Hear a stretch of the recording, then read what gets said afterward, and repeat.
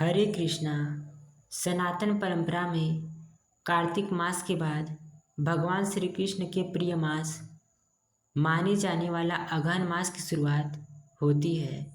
इस मास को मार्गशीर्ष मास क्यों कहते हैं, इसकी शुरुआत कब होगी और क्या है इससे जुड़े हुए नियम, चलिए जानते हैं।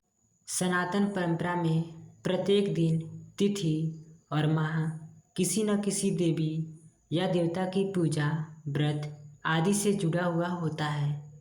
यदि बात करें कार्तिक मास के बाद आने वाले अगहन या फिर कहें मार्गशीर्ष मास की, तो यह भगवान श्री विष्णु के पूर्वावतार माने जाने वाले भगवान श्री कृष्ण को समर्पित होता है।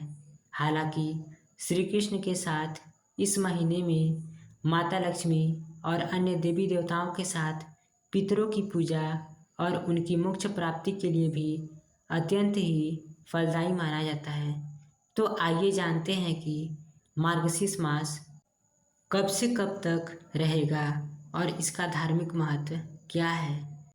जिस मास को भगवान श्री कृष्ण स्वयं का प्रतीक बताते हैं और जिसमें की गई पूजा, जप, तप और व्रत को करने पर धर्म से लेकर मोक्ष तक की प्राप्ति होती है, उसकी शुरुआत 6 नवंबर को बृहस्पतिवार से होने जा रही है और यह 4 दिसंबर बृहस्पतिवार के दिन समाप्त होगी। इससे ठीक अगले दिन यानी 5 दिसंबर शुक्रवार को पौष मास की शुरुआत होगी। अगहन महीने का संबंध 27 नक्षत्रों में से एक मृगशिरा नक्षत्र से है। चूँकि अगहन महीने की पूर्णिमा तिथि इसी मृगशिरा नक्षत्र से युक्त होती है, इसलिए यह भगवान श्री कृष्ण का यह प्रिय त्यौहार मार्गशीर्ष मास कहलाता है। पौराणिक मान्यता के अनुसार भगवान श्री कृष्ण ने स्वयं भगवत गीता अगहन मास की महत्ता को बताते हुए कहा है कि मासानाम मार्गशीर्षो अहम, अर्थात मैं महीनों में मार्गशीर्ष हूँ। यही कारण है कि इस मास में श्री कृष्ण की विशेष साधना और आराधना की जाती है।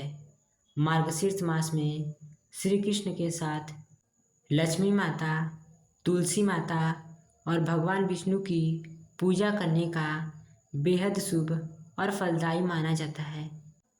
मार्गशीर्ष मास में स्नान और दान का बहुत ज़्यादा महत्व माना गया है।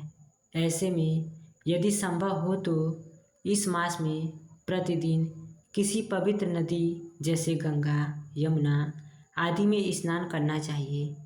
इस मास में न सिर्फ लक्ष्मी नारायण बल्कि सूर्य नारायण की भी पूजा का विशेष पुण्य फल प्राप्त होता है।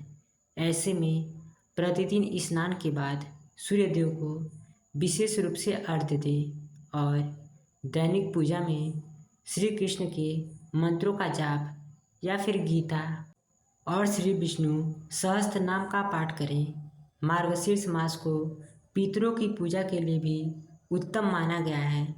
ऐसे में इस मास में व्यक्ति को पितरों की आत्मा की शांति और उनकी मोक्ष की प्राप्ति के लिए विशेष रूप से तर्पण और श्राद्ध आदि करने चाहिए।